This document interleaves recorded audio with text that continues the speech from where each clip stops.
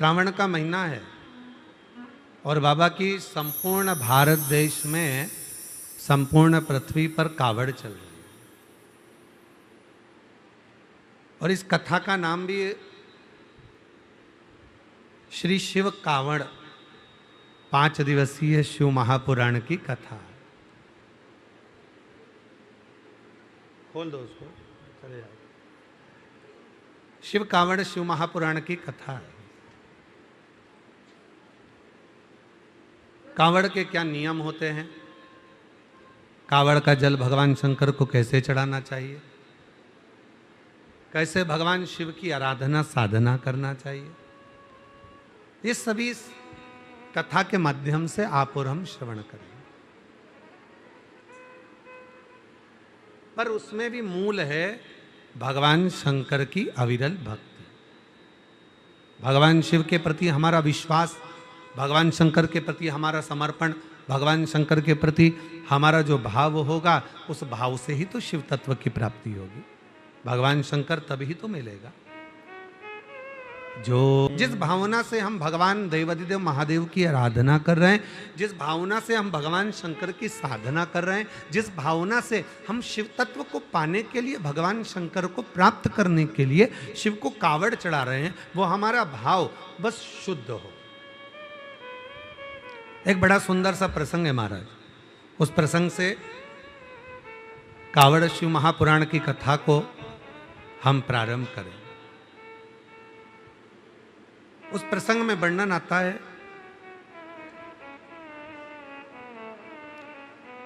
एक प्रथमेश नाम का एक ग्वाला था जो शिवजी का बड़ा उपासक था, भगवान शंकर का बड़ा उपासना थी उसको। उसका एक नियम बड़ा पक्का था, जैसे आप सबका एक नियम है ना शिवजी को 1 लोटा जल चढ़ाने का, उसी तरह उसका भी एक नियम था, भगवान शंकर का शिवलिंग का पूजन करना, शिवालय जाना, शिव मंदिर की साधना करना, शंकर जी के मंदिर में जाकर मंत्रोच्चारण करना और भगवान शंकर के मंत्र का नित्य स्मरण करना, नित्य उच्चारण। चढ़ाने वाले तो ऐसे ही होंगे, पर कोई पूछे कि कावड़ चढ़ाने का फल क्या है, तो कहा यह ज्वाइनिंग लेटर है। कंपनी में जॉब करने के लिए, सरकार में जॉब करना है या कंपनी में जॉब करना है, किसी बैंक में जॉब करना है या हॉस्पिटल में जॉब करना है या किसी बिल्डिंग में जॉब करना है, कहीं पर भी आप जॉब कर रहे हैं, नौकरी कर रहे हैं, तो उसका ज्वाइनिंग लेटर कहाँ से मिलेगा? तो कहा अगर किसी कंपनी में आप जॉब कर रहे हैं तो उसका ज्वाइनिंग लेटर आपको सावन के महीने से जो 2 लोटा जल आप शिव जी को चढ़ाते हो, बस वो 2 लोटा जल से आपका ज्वाइनिंग लेटर मिल जाता है। इसके बाद तनख्वाह देना मेरा भोले बाबा चालू कर देता है, मेरा शिव जी चालू तनख्वाह, भोलेनाथ तनख्वाह देना प्रारंभ कर दे, शिव जी तनख्वाह देना प्रारंभ कर दे। अब आपको ये विचार नहीं करना कि मैंने कावड़ चढ़ाई तो मेरा भोले बाबा क्या करेंगे, मेरा भोले बाबा मेरे जल को स्वीकार करेंगे कि नहीं करेंगे, मेरे शंकर भगवान जल को स्वीकार करेंगे कि नहीं करेंगे। पर शिव तत्व कर रहा है, भगवान शंकर की पवित्र कथा कर रही है, शिव महापुराण की कथा कहती है कि जब आपने भगवान देवाधिदेव महादेव को कावड़ चढ़ाई, जब आपने शिव जी को कावड़ चढ़ाई और कावड़ चढ़ाने के बाद भोलेनाथ ने आपको अपना ज्वाइनिंग लेटर दे दिया कि आज से तेरे जीवन के जितने दुख हैं, तेरे जीवन की जितनी तकलीफें हैं, तेरे जीवन के जितने कष्ट हैं, वो सारे कष्ट मेरे हो गए। आज से तेरा परिवार मेरा हो गया और उसका भरण पोषण मुझे करना है, उसको मुझे संभालना है। द्वार जा रहे हो, नीलकंठ पर कावड़ चढ़ा रहे हो, आप काशी जा रहे हो, गंगा जी का जल भरकर कावड़ चढ़ा रहे हो, आप देवघर जा रहे हो, जल भरकर कावड़ चढ़ा रहे हो, आप महाकालेश्वर जा रहे हो, छिपरा का जल भरकर, नर्मदा जी का जल भरकर कावड़ चढ़ा रहे हो, आप ओमकारेश्वर जा रहे हो, वहां जल भरकर चढ़ा रहे हो, आप सीहोर आ रहे हो, मां सीवन का जल भरकर कावड़ चढ़ा रहे हो, जल भर खुश होकर जाना बाबा के भरोसे और कहकर जाना बाबा आज से मेरा ज्वाइनिंग लेटर मिल गया, अब आज से मेरी तनख्वाह निश्चित हो गई। मेरे जीवन का सारा दुख, मेरे जीवन की सारी तकलीफें, मेरे जीवन का सारा कष्ट, मेरे जीवन की सारी परेशानियां सब आपकी। प्रथमेश नाम का एक ग्वालक शिव का बड़ा उपासक था। भगवान शंकर की अविरल भक्ति में डूबा रहता, दिन रात भगवान शिव का नाम उच्चारण करना, दिन रात भगवान शंकर का भजन करना, शिव का नाम लेना, शिव उच्चारण करना, शिव नाम में डूबे रहना, श्री में डूबा रहता। शंकर के मंदिर में झाड़ू लगाता, पोछा लगाता, शिव जी को लोटा भर के जल चढ़ाता और शंकर भगवान के नाम का उच्चारण कर कर शिव भक्ति में रमा। अब इससे बढ़कर क्या सुख होगा? बुजुर्ग हो गया था, बूढ़ा। और शिवपुराण कहती है भूख, आंख, जिह्वा और दिल ये काबू में रहना चाहिए। कैसा रहना चाहिए? काबू। क्या क्या चीज? पहले नंबर पर अपनी भूख। भोजन करने बैठो तो भूख पर काबू रखो। और सुन लेना जितने कथा श्रवण कर रहे हैं, भोजन करने बैठो तो भूख पर काबू रखो।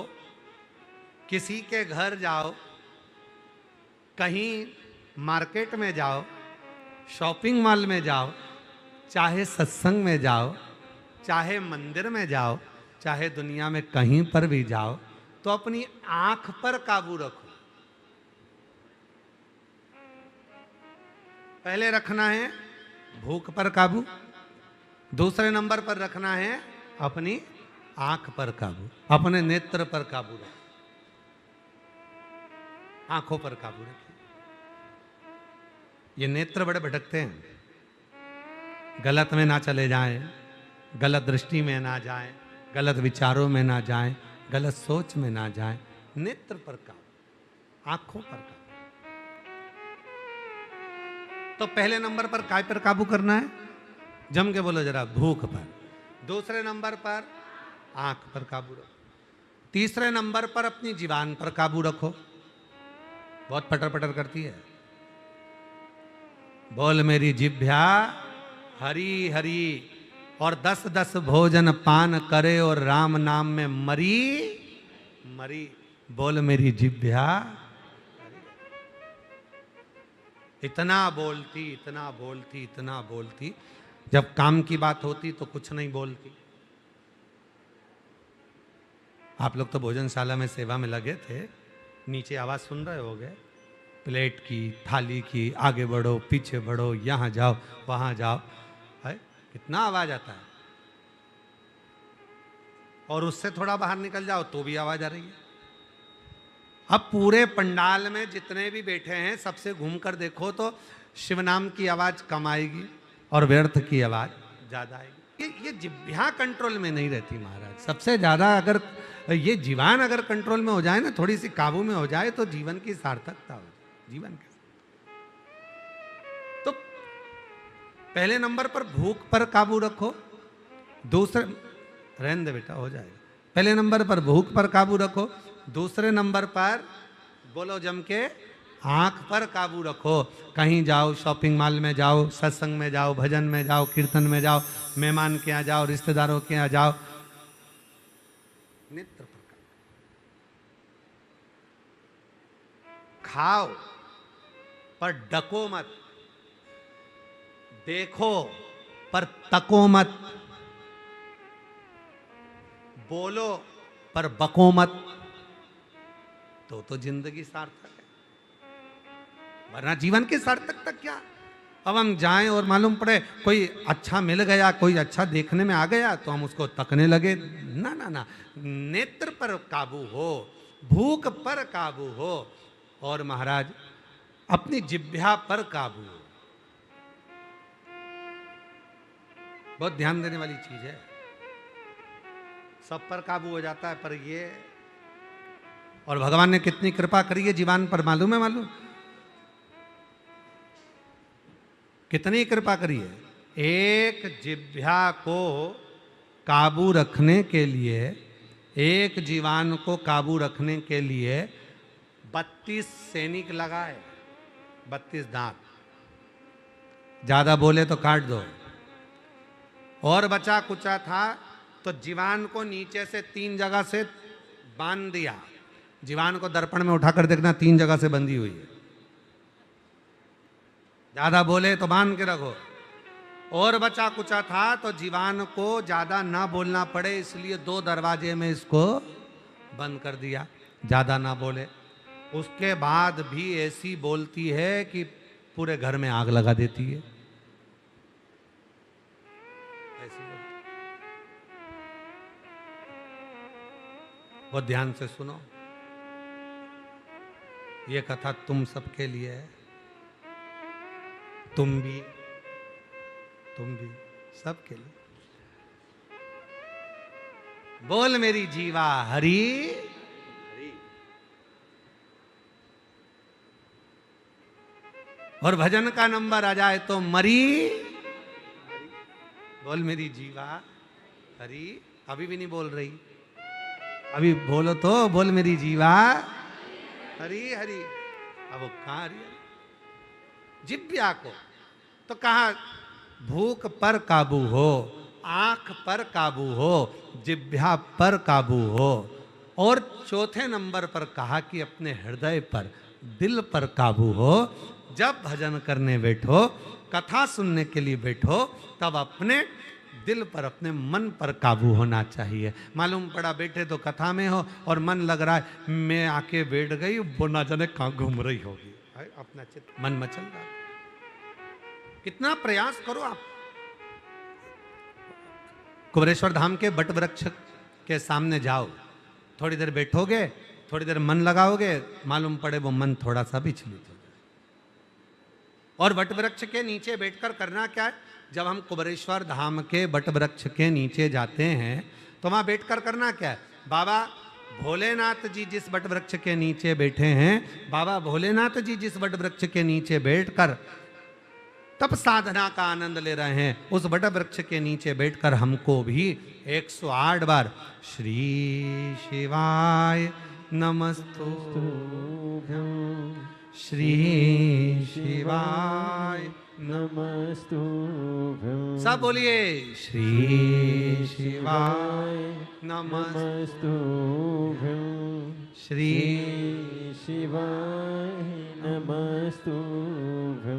श्री। उस बट वृक्ष के नीचे बैठकर जो 400 साल पुराना है, जब आप बैठकर उसके नीचे भगवान की अविरल भक्ति का जप करेंगे, राम नाम, कृष्ण नाम, शिव नाम को भजेंगे, तो उसका फल तो मिलेगा। बेलपत्र का वृक्ष, बट वृक्ष, पीपल वृक्ष, आंवले का वृक्ष, शमी का वृक्ष, ये जितने वृक्ष होते हैं, इन वृक्ष के नीचे आप अगर एक बार भी शिव के नाम का उच्चारण करते हो तो बट वृक्ष के जितने पत्ते होते हैं, पीपल के वृक्ष में जितने पत्ते होते हैं, बेलपत्र के वृक्ष में जितने पत्ते होते हैं, शमी के वृक्ष में जितने पत्ते होते हैं, आंवले के वृक्ष में जितने पत्ते होते हैं, वो सारे पत्तों के बराबर एक बार मंत्र बोलने पर उतना फल हमें उसी क्षण प्राप्त हो जाता है। उसी क्षण, एक पल में ही प्राप्त हो जाता है।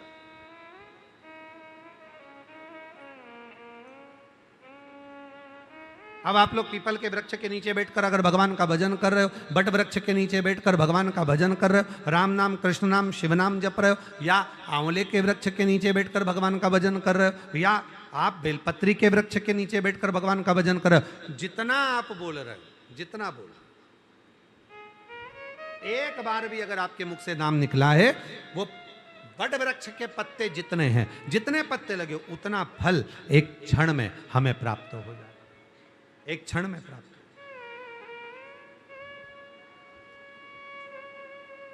कितना सुंदर कहा है हमारे सनातन धर्म में। प्रतिदिन तुलसी के पौधे में जल डालना चाहिए, प्रतिदिन तुलसी के पौधे को सिंचित करना चाहिए। क्यों? कहा जब घर की स्त्री, घर की नारी, घर की माँ, घर की बेटी जब तुलसी के पौधे में जल डालती है या बेलपत्र के पौधे में जल डालती है, केवल एक जनी को उसका फल नहीं मिल रहा है। वो जल डालने के बाद, तुलसी के पौधे में जल डालने के बाद, बेलपत्र के पौधे में जल डालने के बाद, बट वृक्ष में जल डालने के बाद, पीपल वृक्ष में जल डालने के बाद, या आंवले के वृक्ष में जल डालने के बाद, जब वो अपने घर जाती है, उस वृक्ष की पत्तियों का जितना समूह होता है, उसका जो कृपा होती है, वो घर में प्रवेश करती है और हमारे जीवन को सफलता देती है। बोल बम का नारा है, सारी समस्या का हल श्री शिवाय। वो जल हमें फल देने लगता है। आप लोग डालते हो पक्का? तुलसी में, बेलपत्र में शिव जी को चढ़ाते हो? हाँ, लखनऊ वाले चढ़ाते हो शिव। एक लोटा जल चढ़ो शिव। अब प्रथमेश ग्वाले का जो नियम था, शिवालय में झाड़ू लगाना, शिवालय में पोछा लगाना, शिवालय में भगवान शंकर की साधना, मंत्र का उच्चारण, शिव नाम का उच्चारण, भगवान शंकर के मंत्र का उच्चारण, भगवान शंकर के नाम का उच्चारण, भगवान शंकर के कीर्तन का उच्चारण नित्य प्रति शिव की साधना में डूबा है। और कहा है, शिव महापुराण की कथा कहती है, भगवान शंकर ने माता पार्वती जी से कहा है, सुनो पार्वती, जो संसार का मनुष्य मेरा मंदिर संभाल लेता है, मतलब मेरे मंदिर में आकर एक लोटा जल चढ़ाना प्रारंभ कर देता है, जो शिव का भक्त शिवालय जाना प्रारंभ कर देता है, जो शिव का भक्त शिव महापुराण की कथा श्रवण करना प्रारंभ कर देता है, जो मेरी कथा को संभाल लेता है, जो मेरे शिवालय को संभाल लेता है, जो एक लोटा जल संभाल लेता है, मैं उसको संभाल लेता। अब फिर कहीं भटकने नहीं देता, कहीं भटकने। अब कोई तो तुम्हारे पिछले जन्म के कोई पुण्य होंगे। सारी दुनिया भीड़ लगाकर खड़ी है कथा को श्रवण करने, और आप लोग अपने अपने पुण्य देखिए जरा। जितने आस्था चैनल पर कथा सुन रहे हैं, जितने फेसबुक यूट्यूब पर कथा श्रवण कर रहे हैं, और जितने यहाँ बैठकर कथा, अपना पुण्य देखिएगा कि कौन सा हमने आज बाबा को किस भाव से कावड़ चढ़ाई होगी, जो शिव जी ने कृपा कर कर आपको हमको ये पवित्र श्रावण के महीने में, ये सोमवारी से प्रथम सोमवार के दिन ये शिव पुराण की कथा श्रवण करने का सौभाग्य दे दिया।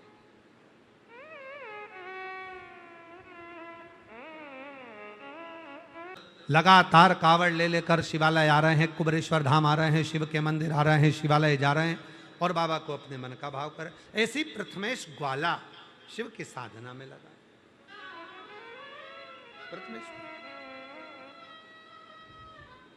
आप लोग देख रहे होंगे सभी आस्था चैनल पर, फेसबुक यूट्यूब पर लगातार जो शिव भक्त कथा श्रवण कर रहे हैं, वो देख रहे होंगे कि कितने शिव भक्त कुबेरेश्वर बाबा की धरा पर नाचते गाते भगवान शिव का स्मरण करते हुए, ढोल बजाते हुए, नगाड़ा बजाते हुए, कावड़ लेते हुए आधा जा रहे हैं, आ रहे हैं और शिव का उच्चारण कर रहे हैं, शिव नाम का स्मरण कर रहे हैं। मन में विचार कर, शिव के मंदिर, शिवालय जाना, साधना करना, आराधना करना। अब तनख्वाह कौन दे रहा है? मंदिर में एक लोटा जल चढ़ाने की, कावड़ चढ़ाने की, झाड़ू लगाने की। भाई हो सकता है कि कोई ब्राह्मण देवता, कोई पंडित जी मंदिर में पूजन करते हैं तो मंदिर वाले उनको तनख्वाह देते, तो पूजन कर। अब तुम सीवन माँ के तट से, आप जो दर्शन कर रहे हो माता सीवन के तट से जल लेकर चले और माँ सीवन के तट से जब जल लेकर चले हो, माँ सीवन के तट पर जाकर तुमने जो आराधना साधना करी है, और माँ सीवन के तट से तुम जल लेकर जब चले, और चलने के बाद धीरे धीरे धीरे धीरे कुबेरेश्वर बाबा के दरवाजे तक पहुंचे, तो तुम्हें तनख्वाह कौन देगा? टिकट लगा के तुम आए, ट्रेन में धक्का खाकर तुम आए, डंडा उठा के तुम चले, लोटा लेके तुम चले, जल भर कर तुम चले, रास्ते भर में खाना भी तुमने खाया, भोजन भी तुमने करा, पानी भी तुमने पिया, चाय भी तुमने पी, और ये सारा खर्चा तुमने जोड़कर एक छोटी सी डायरी में रखो, बढ़िया प्रेम से। मैं गई थी सीहोर, कुबेरेश्वर धाम में मैंने कावड़ चढ़ाई, सीवन माँ के तट पर गई, वहाँ जाकर मैंने ये करा, वहाँ जाकर मैंने वो करा, और पूरी लिस्ट बनाकर इकट्ठी कर कर रखना कि मेरे 2500, 2000 या 500 या 400 या 300 या 800 जो भी रुपए तुम्हारे खर्च हुए हैं उसको लिख के रखना। अब अगले साल, अच्छा अगले साल तक छोड़ो तुम, तो 3 महीने में दिवाली तक इंतजार करो, और जितना तुम खर्च कर कर गए हो, जितना तुम भजन कर कर गए हो, जितना तुम स्मरण कर कर गए हो, और कुबेरेश्वर बाबा को जो तुम कावड़ चढ़ा कर गए हो, भले महीने भर, जरूरी नहीं है कि आप लोग 25 अगस्त कोई, आप पूरे महीने में जब आप आए हो, जब चढ़ा कर गए हो, उसका हिसाब रखना। मेरा भोले भंडारी 3 महीने के अंदर मेरा बाबा तुम्हारी झोली में भरकर चले जाएगा, उसका 1000 गुना, 1000 गुना। प्रथमेश ग्वाला मंदिर जाता, झाड़ू लगाता, पोछा लगाता, तनख्वाह देना उसने चालू।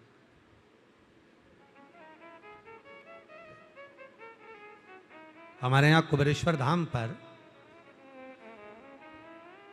शिव भक्त जब कावड़ चढ़ाते हैं, कावड़ चढ़ाने के बाद में, कावड़ चढ़ाने का जल चढ़ाने के बाद जो डंडा है, लोटा है, वो जहाँ बाबा का बड़ा शिवलिंग है, आप लोग दर्शन कर रहे होंगे, बड़ा सा एक शिवलिंग है विशाल,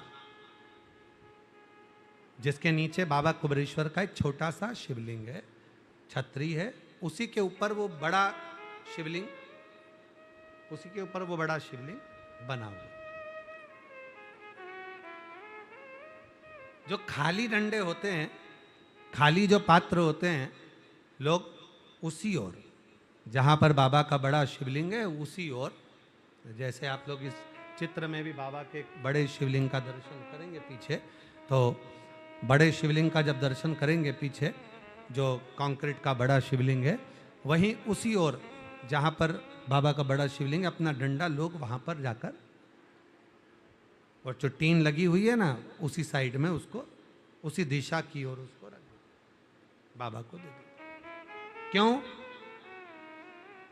अब हमारा जीवन का सारा भार, संपूर्ण भार, जिसको हम कावड़ के रूप में लेकर आए हैं, हमारे जीवन का संपूर्ण भार अब हमने आपको दे दिया। ये शिवलिंग का दर्शन आप कर रहे हैं, जो मंदिर का दर्शन, इसी के सामने एक बैरिकेड लगा हुआ है, एक टीन लगी हुई है, वहीं पर उसी के अंदर लोग उसको जो है वहीं से वहां पर डाल, वहीं पर डाल, उसी हमारे जीवन का सर्वस्व, हमारे जीवन का जो टेंशन, हमारे जीवन का जो भार है, वो हमने आपको दे दिया।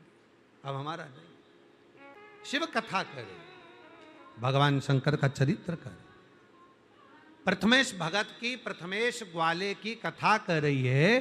प्रथमेश ग्वाला शिव के मंदिर में, शिवालय में जो सेवा में लगाए, बाबा की भक्ति में लगाए, बाबा के भजन में लगाए, बाबा के स्मरण में लगाए, बाबा के मंत्र जाप में लगाए, बाबा के नाम जाप में लगाए, वही प्रथमेश। अब उसका पूरा भार शिव का, उसकी आ गई पोती की शादी, पोती का भी बाबा, धर्म पत्नी ने निवेदन करा, पोती की शादी है, अब तुम मंदिर ना जाना, अभी थोड़ा दिन तो मंदिर ना जाइएगा, पोती का विवाह है, पोती की शादी, मंदिर नहीं जाना।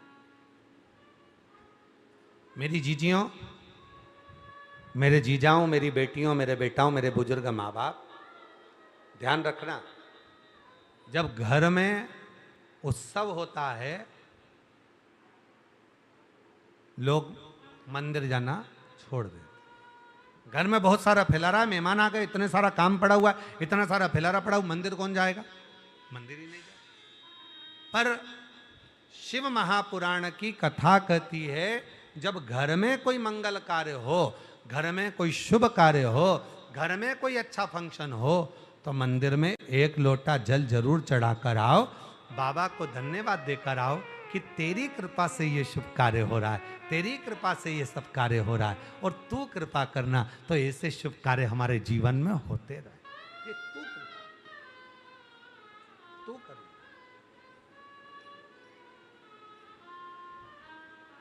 और तू करेगा तो होंगे, हमारे हाथ में नहीं है।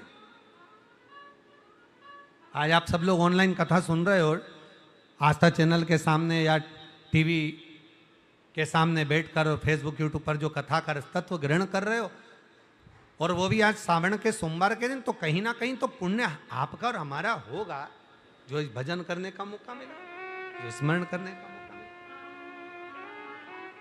भजन, कीर्तन, स्मरण, गुरु, ये सब कोई पूर्व के जन्म के फल होते हैं, उसके अनुसार मिलते, पूर्व के फल। तुमने किसी को सताया होगा तो आज के जमाने में धर्म पत्नी ऐसी मिली कि हो सकता है तुम्हें सता दे, और हो सकता है कि तुमने कोई पूर्व में अच्छा कर्म करा होगा तो धर्म पत्नी ऐसी मिली कि तुम्हारी सेवा कर रही है। काहे लखनऊ वालों, ठीक है, तो पूर्व का कोई पुण्य होगा तो अच्छी पत्नी मिल जाएगी, पूर्व का कोई पुण्य होगा अच्छा पति मिल गया, और पूर्व का कोई ऐसा कर्म हमारे जीवन में हो गया होगा, पूर्व का कोई कर्म ऐसा हो गया होगा कि हो सकता है कि हमने जिन बच्चों को पाल पोस कर बड़ा करा, हमने जिन बेटा बेटी को बड़ा करा, हम इतने अरमान लेकर आए, हो सकता है परिवार की वो परिवार अच्छा नहीं मिल पाता, हमको कष्ट देता। पिछले जन्म का अच्छा कर्म था कुबरेश्वर बाबा की भूमि, पिछले जन्म का अच्छा कर्म था कुबरेश्वर बाबा का धाम, और पिछले जन्म का कोई अच्छा कर्म था सावन का महीना, और पिछले जन्म का अच्छा कर्म था सावन का सोमवार, और पिछले जन्म का अच्छा कर्म था जो शिव महापुराण की कथा सुनने का मौका मिल गया। ये पूर्व का हमारा पुण्य फल है, ये हमारे पूर्व का खुद आनंदमय फल है जो हमको मिला। 4 महीने भगवान विश्राम कर लिए, भगवान नारायण ने अपना पूरा कार्यभार भगवान शंकर को दे दिया 4 महीने के लिए। 4 महीने खूब भजन कीर्तन करो, 4 महीने खूब दान पुण्य करो, 4 महीने खूब सत्संग करो, 4 महीने खूब कीर्तन करो, बस उसका मतलब इतना ही है। चातुर्मास, 4 महीने के चातुर्मास का मतलब है इन 4 महीने में तुम अगर एक दिन भी भगवान शंकर को 1 लोटा जल चढ़ाते हो, चातुर्मास में 4 महीने में से एक दिन भी अगर शिव का भजन कर रहे हो, मंत्र जाप कर रहे हो, राम नाम, कृष्ण नाम, शिव नाम, कोई भी जप आप कर रहे हो, तो उसका फल 4 महीने में 4 गुना और 4 गुने से भी ज्यादा हमको प्राप्त हो जाता है। हजारों गुना फल प्राप्त हो, हजारों।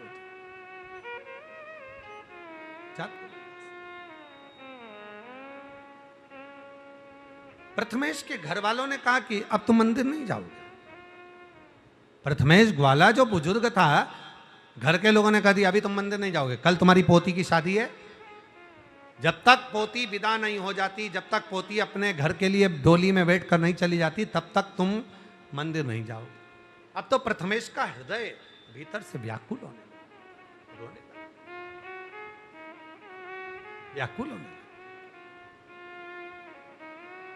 बड़ा मन को छूट गया, मैं मंदिर नहीं जा सकता। मेरी जितनी जीजियां कथा सुन रही है ना, टीवी चैनल के माध्यम से और फेसबुक यूट्यूब के माध्यम से, और आप लोग भी जितने कथा सुन रहे हो, आप लोगों में से कई मेरी बहनें ऐसी हैं, कई मेरी जीजियां, कई मेरे जीजा, कई मेरी बेटियां, कई मेरे बेटा, कई मेरे बुजुर्ग माँ बाप ऐसे हैं जो एक दिन भी अगर शंकर के मंदिर में जल चढ़ाने नहीं जाते तो दिन भर उनको खाली खाली सा लगता, मन नहीं लगता, मन विचलित, मन लगता है। और एक बात कहें आप लोगों से, ये खालीपन आपको ही नहीं लगता। शंकर जी के मंदिर में आप जिस दिन जल चढ़ाने नहीं जाते हैं, शिव जी के मंदिर में आप जिस दिन नहीं जाते हैं जल चढ़ाने, तुमसे ज्यादा बेचैनी मेरे देव अधिदेव महादेव को भी होती है कि मेरा भक्त क्यों नहीं। क्या लगता है कि कावड़ चढ़ाने आप जा रहे हो शिव जी के मंदिर तक, सीवन माँ का जल भरा 11 किलोमीटर तक चढ़कर आप चलते चलते चलते चलते बाबा देव अधिदेव महादेव को, कुबेर भंडारी को कावड़ चढ़ा दिया। आपको क्या लगता है कि आप छिपरा का जल लिए, महाकाल राजा को चढ़ा दिए, नर्मदा जी का जल लिया आपने, भगवान ओमकार को चढ़ा दिया, गंगा का जल लिया नीलकंठेश्वर महादेव को चढ़ा दिया, गंगा जल लेकर सुल्तानगंज से बाबा देवघर को चढ़ा दिया? नहीं। मेरी जीजियों, सत्य मायने में कहे ना तो स्वयं तुम रुका जी चंचुला देवी को कहे कि चंचुला, जब तक मेरे शिव की कृपा नहीं होती तब तक कोई कथा में नहीं बैठता, शिव की कृपा नहीं होती तब तक कोई शिवालय नहीं जाता, और शिव की कृपा नहीं होती तब तक कोई कावड़ का जल नहीं चढ़ाता। कावड़ का जल भी जब चढ़ता है जब शिव कृपा कर कर, शंकर भगवान ने विचार कर लिया कि इसको मुझे देना है, तो कावड़ का डंडा पकड़कर वो चल पाता।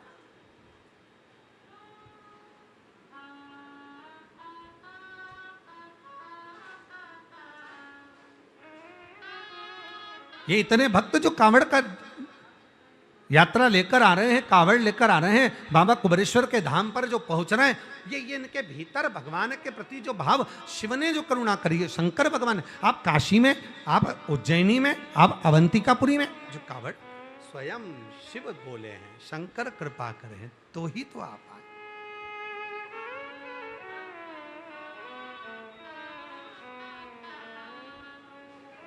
उसके बिना नहीं, उसके बिना नहीं। महाराज,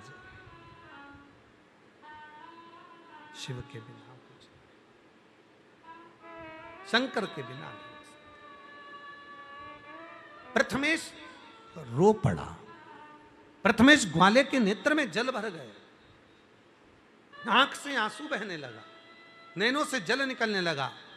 और प्रथमेश ग्वाला जब आंखों में जल भरकर रोने लगा तो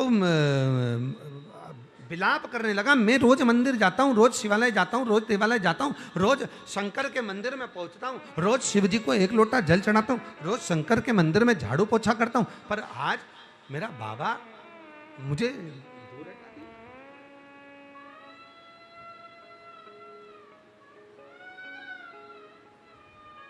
महाराज,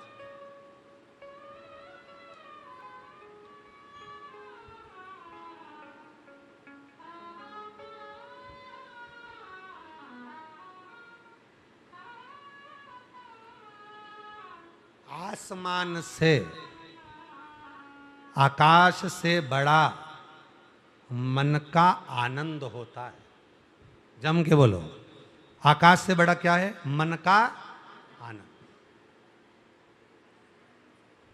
आकाश से बड़ा मन का आनंद होता है, नारी से बड़ा नारी का सुहाग होता है। जो मांग में सिंदूरा है, हाथ में चूड़ा है, पाँव में पैजनिया है, पाँव में बिछुड़ी है, मांग भरी हुई है, पति साथ में है, नारी से बड़ा नारी का सुहाग होता है।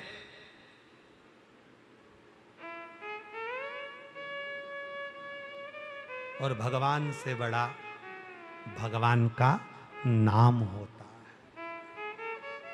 भगवान के नाम में वो बल है, कितना कितना कृपा करता है। हम कई बार लोगों से कहा, लोग कहते श्री शिवाय नमस्तुभ्यम बोला, हम कहे बोलो, जो तुम्हारे मुख का मात्र दर्शन करेगा श्री शिवाय नमस्तुभ्यम बोलने वाले के मुख का दर्शन करने वाला संचित पापों से मुक्त हो जाता है, अश्वमेध यज्ञ का फल मिल जाता है और जीवन के सारे दुख तकलीफ कष्ट उसके जीवन के मिटना प्रारंभ हो जाता। सबसे बड़ा जम के बोलो क्या होता है? आनंद, मन का आनंद। आकाश से बड़ा मन का आनंद होता है। नारी से बड़ा नारी का सुहाग होता है। नारी का सुहाग, उसके साथ उसका पति है, मांग में सिंदूर है, हाथ में चुड़ला, पांव पैजानिया, और वो अपने पति के साथ आनंद के साथ चल रही है, उसका सुहाग है। और भगवान से बड़ा भगवान का नाम होता है। आप जो भगवान का नाम का उच्चारण करते हो, भगवत नाम का उच्चारण करते हो, प्रभु के नाम का उच्चारण करते हो, श्री शिवाय नमस्तुभ्यम का जो उच्चारण करते हो, अपने घर के दरवाजे पर आप अपना नाम लिख कर देखो, केएल वर्मा, बीपी वर्मा, ये शर्मा, वो ये नाम वो नाम लिख कर देखो, और एक बार अपने घर के दरवाजे पर श्री शिवाय नमस्तुभ्यम, श्री शिवाय नमस्तुभ्यम, श्री शिवाय नमस्तुभ्यम लिख कर दे, फिर वो घर आपका नहीं, जिसका नाम लिखा है घर उसका। संभालेगा कौन? भाई। दुख तकलीफ आई, कष्ट आया, संभालेगा कौन? भाई। फिर वो आपका घर तो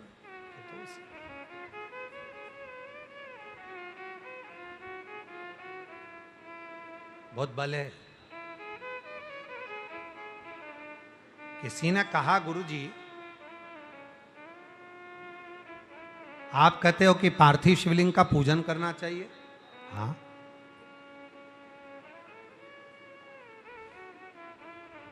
11 अगस्त को संपूर्ण भारत देश ही नहीं विदेश में भी लोग शिवभक्त शाम को 7 बजे ऑनलाइन सावन के महीने के पार्थिव पूजन को करेंगे, आप और हम सब मिलकर।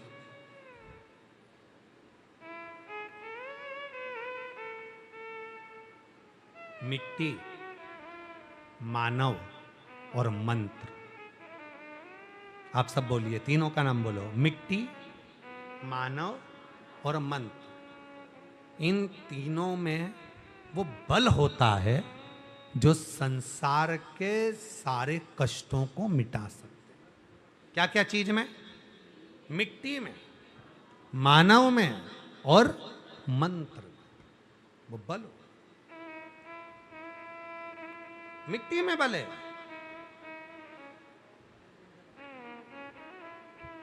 पार्थिव शिवलिंग का निर्माण करा आपने, पूजन करना प्रारंभ करा आपने। यहां तक स्कंद पुराण कहती है, शिव पुराण कहती है, जब हम दोनों हाथों से भगवान शंकर के पार्थिव शिवलिंग का निर्माण करते हैं तो अपने हाथ के संपूर्ण रेखाओं को सुधार देते, संपूर्ण हम सुधार।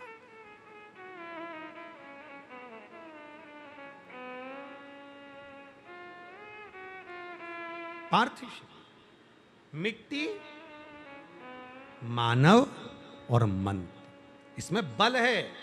मिट्टी में वो बल होता है जो हमारे जीवन के हमें लक्ष्य तक पहुंचाने का प्रयास करती है। मिट्टी का पार्थिव शिवलिंग का पूजन, आप लोगों के इधर ऐसा होता कि नहीं होता हमको नहीं मालूम, पर हमारे यहाँ पर जब माताएं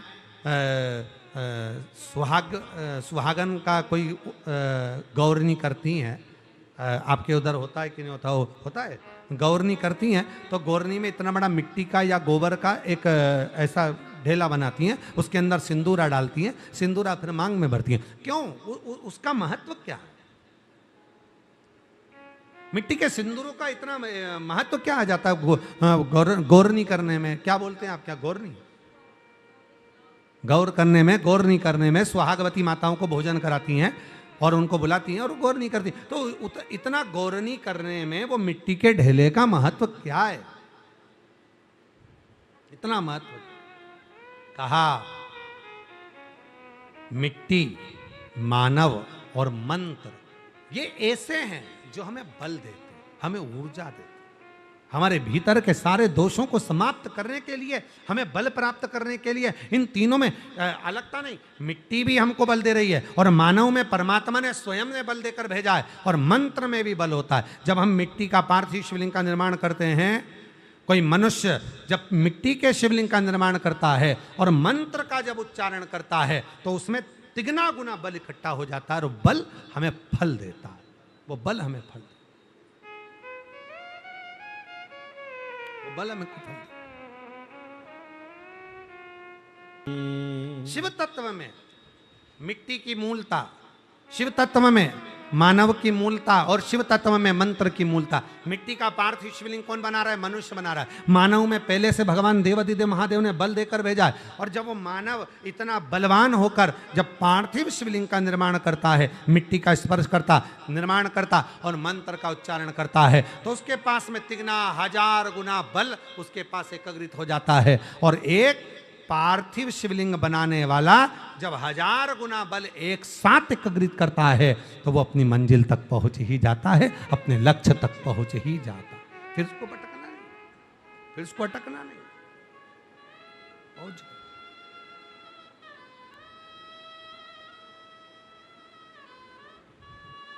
भगवान देवादिदेव महादेव जी से अपने मन का भाव कहेंगे, हृदय से प्रार्थना करेंगे, दिल से निवेदन करेंगे। 11 अगस्त को बाबा की सावन महीने की शिवरात्रि है।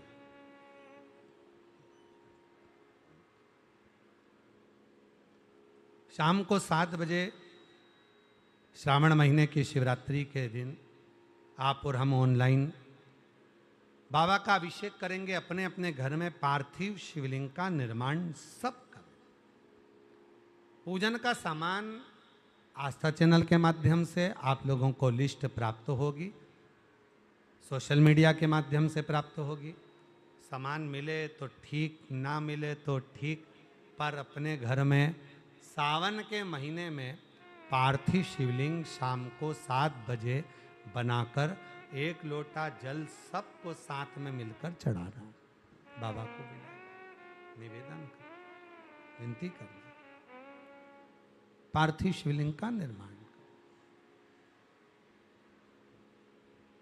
दिव्यता के साथ बाबा को अपने मन का भाव कहें।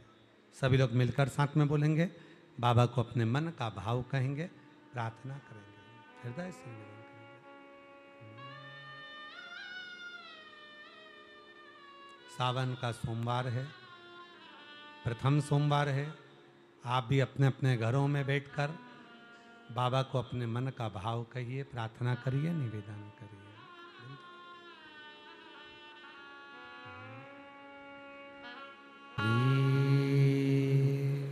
शिवाय नमस्तु श्री शिवाय नमस्तु श्री शिवाय नमस्तु